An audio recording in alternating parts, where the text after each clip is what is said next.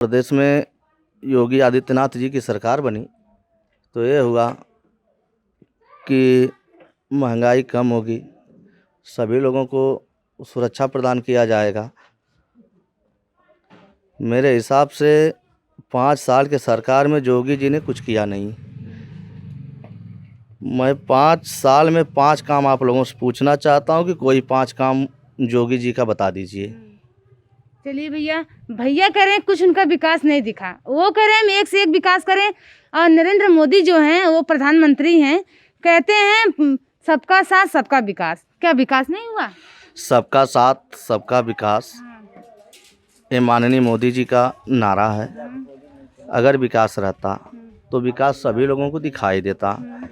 2017 से जब से बीजेपी की सरकार है, आधा काम तो माननीय अखिलेश यादव राष्ट्रीय अध्यक्ष समाजवादी पार्टी उन्हीं का काम करके फीता काटने का काम ये लोग किए हैं। बताते हैं कि हमारी सरकार में ये विकास हुआ। मैं पूछना चाहता हूँ कि विकास हुआ तो फ्रंट लाइट दिखा क्यों नहीं? वो तो कह रहे हैं जो सपा सरकार नहीं कर पाई वो हमारे राज्य में हो गया। जितना सपा सरकार की उतना बीजेपी के शासनकाल में नहीं हुआ है। तो कौन सरकार आ रही है उत्तर प्रदेश में 2022 में? उत्तर प्रदेश में 2022 में इस बार समाजवादी पार्टी की सरकार बन रही है पूर्ण बहुमत के साथ। कैसे पूर्ण बहुमत से साथ बन रही है? उन्हीं के घर की जो अपर्णा यादव हैं, उन्हीं घर की है ना, वो तो छोड़ के बीजेपी ज्वाइन कर रही है। वो बीजेपी ज्वाइन की। दरअसल वो अर्पणा बिष्ट थी। उनका भाई खुद ही समाजवादी पार्टी का सदस्य है। वो भाई को पा करके समाजवादी छोड़ करके भारतीय जनता पार्टी में शामिल हुई। ये माननीय मुलायम सिंह जी की छोटी बहू थी। इनकी निजी राय थी। इनके दिमाग में ये था कि यशस्वी प्रधानमंत्री नरेंद्र मोदी जी जो प्रदेश में देश में कार्य कर रहे हैं उनसे वो प्रभावित होकर गई हैं। ये नहीं कि नहीं ये जो है विशेष राजनीतिक दबाव से। जी, वो लोग तो कह रहे हैं जो प्रधानमंत्री ये कह रहे हैं जो घर नहीं संभाल पाया वो सरकार कैसे बन पाएगा? जिसके पास परिवार नहीं रहेगी वो क्या घर वालों का हाल जाने। मैं आपसे पूछना चाहता हूं कि अगर उनके पास परिवार रहती तो ऐसी बात बोलते ही नहीं। वो तो कहते हैं हमारे जो भारतवासी वही हमारे परिवार में। हम कह रहे हैं कि बहन जी के पास भी परिवार है। प्रदेश में 4 बार मुख्यमंत्री रही। 4 बार मुख्यमंत्री होते हुए भी उनको अपना का अभाव रहता तो अपने लिए काम करती। वो अभी तो पूरे प्रदेश के लिए करती की हैं। 4 बार मुख्यमंत्री होना बहुत बड़ी बात है। मोदी जी दूसरी बार प्रधानमंत्री बने। इसके पहले वो गुजरात के मुख्यमंत्री हुआ करते थे, आरएसएस से जुड़े हुए थे। उनका जो है विकास के नाम पर जुमलेबाजों की तरफ फेंकना। अमित शाह जी का देख लीजिए, 12वीं के बाद इंटर करवा दे रहे हैं बच्चों से। और लैपटॉप दे रहे हैं 2 करोड़, फोन स्मार्टफोन दे रहे हैं, लैपटॉप दे रहे हैं। लैपटॉप स्मार्टफोन आईफोन है तो सब जुमलेबाजी है। जितना लैपटॉप आईफोन समाजवादी सरकार ने दिया उतना मैं समझता हूँ इस सरकार में नहीं मिला। एक बात और है, समाजवादी पे टिप्पणी करती हूँ। एक बात और है कि लाल टोपी वाले गुंडे क्या वाकई में गुंडे हैं? लाल टोपी वाले क्रांति की तरह आए हैं, क्रांति लेकर आए हैं। मैं आप लोगों से सवाल पूछता हूं, अगर लाल टोपी वाले गुंडे रहते हैं तो आप ये बताइए कि प्रदेश में सरकार बनाने के करीब नहीं होते। ये जनता का विश्वास है, लाल टोपी प्रेम का संकेत है। आज समाजवादी पार्टी की सरकार बन रही है। सरकार बनने के बाद ये लोग और बौखला जाएंगे, अनाप शनाप बोल रहे हैं।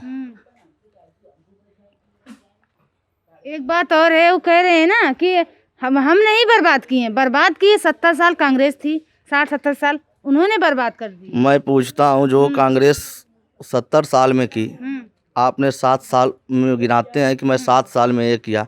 एयरपोर्ट बेचे, अडानी और माल्या का जो भी मामला था उसमें आप दखल अंदाजी न कर सकें बताइए आप 70 साल की तुलना 7 साल में कैसे कर सकते हैं?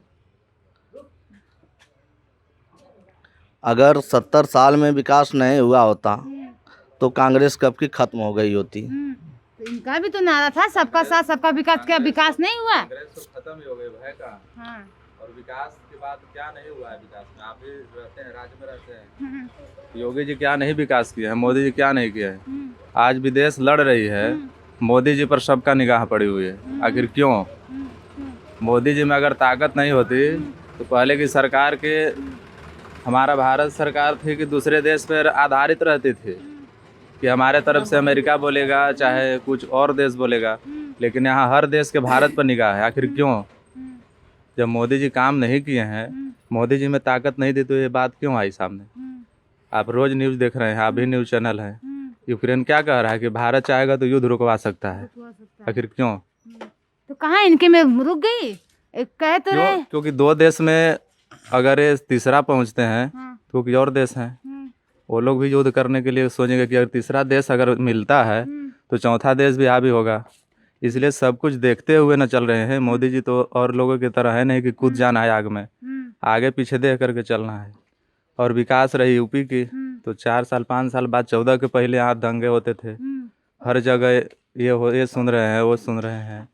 इसके बाद क्या बोलते हैं, घोटाले हो रहे हैं, बड़े बड़े भू माफिया सब पड़े हुए थे। आज कहाँ गए सब? 4 साल 5 साल में बता दीजिए एक भी दंगा हुआ हो तो? नहीं हुआ है। कहाँ हुआ? गोरखपुर में जो गया था व्यापारी, उसका हत्या कर दिया गया। अब ये तो जला दिया गया।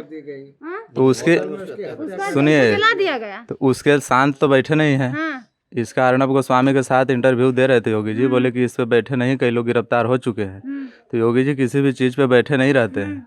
और जितना है कि आप जितना महसूस शांति कर रहे हैं इनके सरकार में, उतना किसी भी सरकार में नहीं किए थे। क्या भैया सच बात है जो भैया बोले हैं? विपक्ष के लोग ही धरना प्रदर्शन, इसके बाद जो है सरकार नहीं है अखिलेश यादव की या फिर कांग्रेस की। आज बीजेपी की 5 साल से सरकार है, तो जिसके साथ में हाथ में सत्ता होती है उसी की दुहाई होती है। ठीक है, अगर उसी से पूछा जाता है जो सत्ता में होता है। अगर विपक्ष वाले दंगा फसाद नहीं करते हैं, अगर आज समाजवादी पार्टी की सरकार हो जाए, आज कांग्रेस पार्टी की सरकार हो जाए, आज बसपा की सरकार हो जाए, ये आरएसएस के लोग दंगा फसाद करेंगे, कहेंगे कि इसकी सरकार में दंगा हुआ है। एक दूसरे को ऐसे बुलवाते हैं। मैं तो इस विधानसभा के बारे में बोलना चाहता हूँ थोड़ा। अपना विधानसभा यहाँ बसपा से आज मेरे ज़माने से, जैसे मैं 20 साल से वोट दे रहा हूँ, यहाँ 30 साल से बसपा के लोग जीतते हैं, यहाँ से एमएलए बन के जाते हैं। लेकिन इस गांव में, हमारा गांव पुनर्जी है, खास करके मैं अपने विधानसभा की बात करूँगा, बड़ी राजनीति की बात नहीं करूँगा। तो हमारे गांव में आज तक कोई भी विधानसभा एमएलए आके एक ईंटा या किसी के दुख सुख में कोई काम नहीं करता। इसके लिए मैं दुखी हैं। इसके लिए मैं, ये लोग सोचते हैं कि हम लोग बसपा के गुलाम हैं। मैं दलित समाज से, चमार जात से हूँ। तो ये लोग सोचते हैं कि बहन जी के कहने पर हम जो है कि इनको वोट करेंगे। लेकिन इस बार हम लोगों के दिमाग में आ गया है कि इसको हटा के एक दूसरे को देखें, जैसे जो समाज सेवी इसी वार्ड से होना चाहिए, इसी क्षेत्र का होना चाहिए, इसी विधानसभा का होना चाहिए कि कभी हम पैदल भी चल के उसके घर पर जा सकें। इसके पहले 2 बार गुड्डू जमाली थे, उनका घर उधर आजमगढ़ में है, वहाँ इसे जाते, यहाँ से साइकिल से पैसा लगा के लोग जाते हैं, पता चलता कि वो है ही नहीं। गुड्डू जमाली तो एमआईएम अकबर के पार्टी से है ना? नहीं, अभी ना है, इसके पहले 2 बार वो यहाँ से एमएलए रह चुके हैं। मालूम है, उनको खोजने के लिए बसपा से हम भी थे, लेकिन हम लोग खोजने के लिए उनके घर पर जाते थे, पता चलते थे कि वो लखनऊ है, तो पता चलता था कि वो नोएडा है। लेकिन यहाँ हमारे गांव में तो आज तक ये लोग एक काम भी नहीं किए। इसके बाद मेरा थोड़ा सा संपर्क अखिलेश यादव जी से हुआ। अखिलेश यादव माने विधानसभा क्षेत्र सठियाव के इस समय प्रत्याशी हैं। मैं बम्बई में थोड़ा बहुत काम करता हूँ। आजमगढ़ में उनका गढ़ माना जाता है। गढ़ माना नहीं, लेकिन जो यहाँ का प्रत्याशी है उसका नाम भी अखिलेश यादव है। हाँ, जो यहाँ के प्रत्याशी हैं उनका नाम भी अखिलेश यादव। हम लोग बम्बई में फंसे हुए थे 45 आदमी। मैंने उनको फ़ोन किया कि सर ऐसा ऐसा नेताजी ऐसी ऐसी बात है। उन्होंने कहा कि बबलू क्या ज़रूरत है आपको ये बताइए हमको। मैंने बोला कि इन लोगों के खाने पीने की दिक्कत है, कुछ लोगों की, कुछ लोग तो ठीक थे लेकिन कुछ लोगों की आर्थिक स्थिति खराबी, जो रोज़ कमाते थे खाते थे। इन्होंने यहाँ से राशन भेजवाया, बोला कि जो कोई खाने के बिना मरना नहीं चाहिए उसको। समाजवादी पार्टी के विधायक इस समय एमएलए का चुनाव लड़ रहे हैं, जो उन्होंने अखिलेश यादव जी ने उन्होंने भेजवाया हम लोगों को। अब वहाँ से फिर जब हम लोग वहाँ आए तो यहाँ मैं फ़ोन किया, नेताजी आपका बहुत बहुत धन्यवाद, जो कि मैम गांव में हम लोग सुरक्षित और संयम से आ गए हैं, आपका धन्यवाद करने के लिए मिलना चाहते हैं।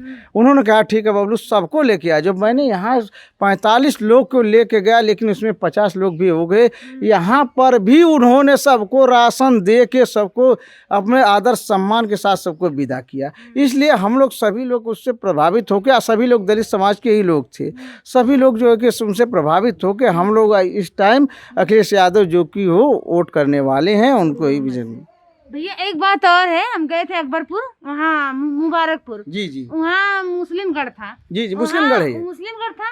अब लोग ज्यादा करके गुड्डू जमाली का हाँ, गुड्डू जमाली जो लॉकडाउन में अपने समाज के लोगों के लिए खाली राशन और हर व्यवस्था जो भी किया, लॉकडाउन जात के लोग थे उन्हीं के प्रचार करेंगे, उनके गुण गा रहे थे। उनके जो खाएगा उनका गुण गाएगा। लेकिन इनको 2 बार हमने भी जाके गुड्डू जमाली जी से मिला है, अपनी परिस्थिति की बात कही है, लेकिन उन्होंने ये बात को दरकिनारा करते हुए हमारी बात अनसुनी कर दी गई, ताकि हम बसपा के उनके ही सिपाही थे, हमने एजेंटी भी किया है। इस बार भी पता नहीं का चुनाव भी लड़ने वाले थे, लेकिन नहीं लड़े कुछ कारणवश। लेकिन उन्होंने कोई काम आज तक पूरे पुनर्जी में, आप किसी से पूछ लीजिए, पुनर्जी पूरा राज्य की बात तो हम नहीं कर पाएंगे, लेकिन जितनी हमारी जानकारी है पूरे पुनर्जी में आज तक कोई एक काम नहीं किया है। तो क्या भाजपा सरकार नहीं सही है इस बार? भाजपा सरकार सुनिए हमारी बात, आपसे पहले हम बताएं कि हम अपने विधानसभा की बात करेंगे। हमारे विधानसभा में भाजपा ना रही है, ना रहेगी, ना जीतेगी, ना ये चौथे नंबर की पार्टी है। इसके बाद तो कुछ नहीं होने वाला है। क्या भैया तिलक क्या कहे हैं आप? 275 प्लस कर रही है भाजपा सरकार। ये लिख लीजिए ना, मेरा नंबर ले लीजिए, इंटरव्यू फिर लेने आ जाइएगा। 275 से ऊपर है भाजपा सरकार। और आज कहते कुछ नहीं कि आज तक ऐसे 2 हमारे नेता हुए, एक प्रधानमंत्री जी और एक योगी जी, जो आज तक किसी भी घोटाले या किसी भी चीज़ की दाग तक नहीं लगा। और परिवारवाद करते हैं तो इनके भाई, उनके भतीजा कभी एमएलए और विधायक नहीं सुने होंगे। अब अखिलेश जी के ले लीजिए, मायावती जी को ले लीजिए, देखिए कहाँ कहाँ तक भरे हुए हैं, मामा, फूफा, फूआ, बेटा, बेटी सब भरे हुए हैं। तो किसको परिवारवाद कहेंगे? ये लोग परिवारवाद कर रहे हैं। परिवारवाद जैसे अब हम घर में हम भी एमएलए बन गए, विधायक बन गए। उनका तो परिवार नहीं, उनका भतीजा आकाश नाम का है। हाँ तो वो भी है ना, और उनके रिश्तेदार हैं। और अखिलेश जी में तो ज़्यादा है, अपना भाई जो है उसके परिवार के सदस्यों का आप नाम बता दीजिए। नाम तो हम नहीं जानते हैं, लेकिन इतना तो जानते ही हैं। इसके बाद उनकी सरकार में रही तो हाथी के सिवा विकास और कुछ नहीं किए। हर पार्क में या हर चौराहे पर उतना, क्योंकि कोर्ट भी इस पे जवाब मांगी थी, उसका पैसा चुकाने के लिए भी कोर्ट कहा था। तो ये कहाँ जब जनता के पैसा हाथी में लगा देंगे तो विकास कहाँ से होगा? आपके गांव में रोड कहाँ से बन पाएगा? तो ये राज्य में ये भी तो सरकार बोली गड्ढा मुक्त किया। गड्ढा मुक्त क्यों नहीं हो गया? अब तो अगर गड्ढा मुक्त आप देख लीजिए, सामने है, गड्ढा मुक्त है, देख लीजिए। 5 साल से सरकार है बीजेपी की, आप देख लीजिए गड्ढा मुक्त है। और रही बात स्मारक की, तो आज स्मारक बनवाने से टूरिस्टों को जो है घूमने का, ये सरकारी खजाने में जो 10 से 15 रुपये का फीस लगती है, ये मुख्यमंत्री योगी आदित्यनाथ के खाते में ही जाती है। चलिए भैया, आपका बहुत बहुत धन्यवाद।